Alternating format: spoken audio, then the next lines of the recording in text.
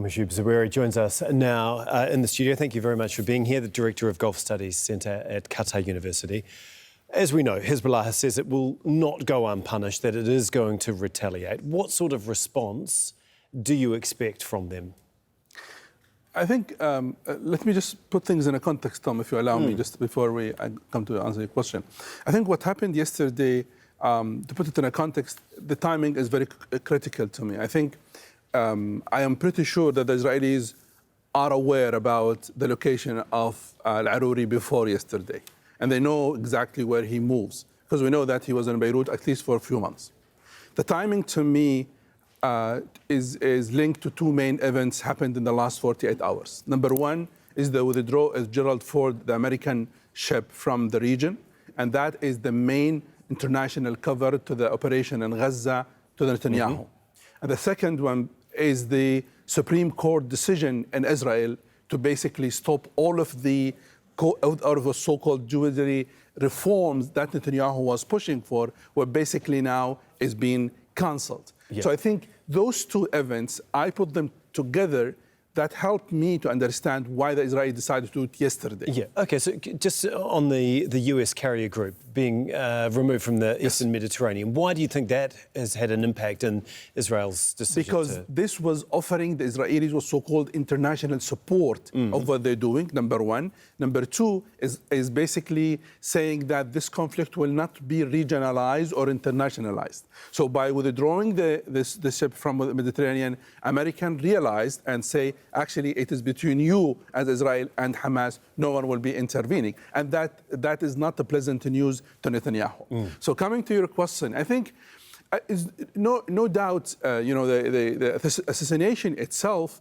in the area where Hezbollah is controlling is a clear message. Because this is the place where Hamas all the control is to Hezbollah, and this is militarily observed and controlled and everything. So I think Hezbollah is now under severe pressure internally and regionally from the supporter that, he's been assassinated in your land, in your backyard. What are you doing?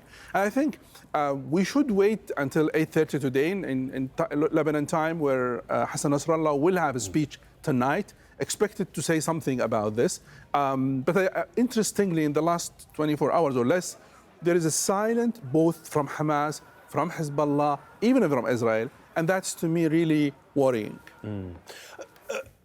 I mean, have they been backed into a corner, Hezbollah, here, where they have to respond? And if they don't, what happens?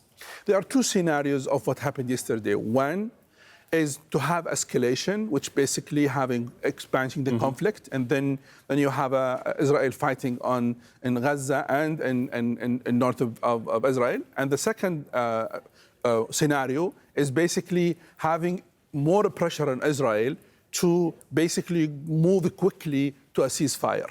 That the two scenarios are possible. I think from last night there were a lot of phone calls and discussion happening after the assassination to cool down all parties. So you shouldn't be worried. Regional parties are worried of escalations. Yeah, you mentioned the ceasefire. Where does this leave negotiations, talks? Are they completely off the table now? That's not going to happen anytime soon? They have stopped yesterday all of the negotiations, and it seems that Hamas will raise the ceiling for its demands now. And the message was clear that no release to the captives unless the whole operation has stopped, and also all troops will withdraw from Gaza. I'm not sure what will be another demand from Hamas after the assassination of its leader. Yeah, just in regards to the United States, Antony Blinken was expected to travel there this week. Unsure if that is still going to go ahead at this stage. What's going to be the message from the US to Israel after this? I think it becomes clear in the last 3 months that Israel is becoming a burden on American shoulder. I'm not sure how they can justify to the region. The image of the America is being deteriorated. The credibility of America has been deteriorated. And I think the delay of the visit is to see how the things will move on the ground, especially considering the speech of Hassan Nasrallah, considering the reaction of Hamas. We have not heard from Hamas in Gaza. We have not heard from, the Al-Qassam brigade. Those are the main messages. Let's not forget, Al-Aruri, he's one of those basically establisher of brigades in West Bank. So he's a main player when it comes to Al-Qassam Brigade. Yeah, just in relation to that, how big a blow is this for Hamas? I mean, how important was Al-Aruri?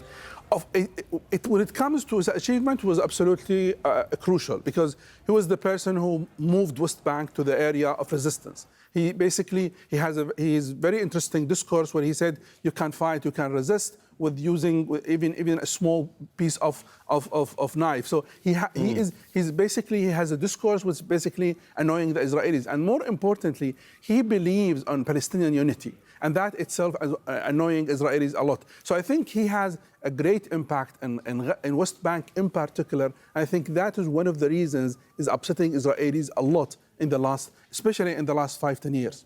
Okay, thank you so much for breaking all that down. We really do appreciate it, Mahjoub Zawahiri. Thank you.